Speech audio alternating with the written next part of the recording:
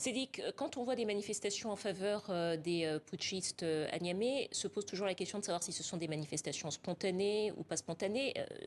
Tout de même, sur les images, on constate qu'il y a beaucoup de monde, il y a des milliers de personnes. Comment est-ce que vous interprétez ces images et comment est-ce que vous interprétez le soutien des Nigériens aux militaires au pouvoir? Non, je crois qu'il y a un ras-le-bol par rapport à la gouvernance qui a été celle de la Renaissance 1, la Renaissance 2 et la Renaissance 3. Les deux premières Renaissances sont celles de deux mandats du président Issoufou et la Renaissance 3 est celle du mandat du président Bazoum qui est à mi-mandat 2 années et demie. Donc il y a quand même des greffes qui sont légitimes et justifiées sur la question de la gouvernance. Les militaires eux-mêmes ont convoqué cet argument de la mauvaise gouvernance économique et sociale et cet argument reçoit beaucoup d'écho puisqu'il y a quand même eu des scandales emblématiques de cette période-là dont le plus connu est celui du ministère de la Défense du Niger où des surfacturations et des détournements des deniers publics de l'ordre de 110 millions d'euros ou peut-être même plus, en tout cas 78 milliards de francs CFA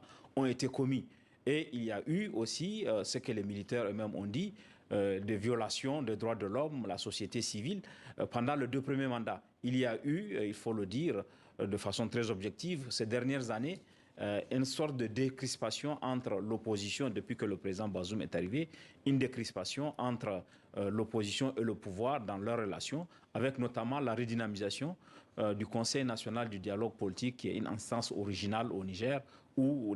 l'opposition et le pouvoir se retrouvent, y compris des partis qui ne sont pas à l'Assemblée nationale. Mais globalement, si on met les 13 années de pouvoir de la Renaissance, il y a des greffes aujourd'hui qui font que beaucoup de personnes viennent rejoindre le camp de ceux qui soutiennent le coup d'État. Et il y a aussi des gens qui s'ajoutent parce qu'ils sont, non qu'ils soutiennent les militaires totalement, mais ils sont contre toute intervention. Ils considèrent que rien ne peut justifier une intervention militaire, qu'ils considèrent comme une atteinte à la souveraineté nationale. Et ils considèrent aussi que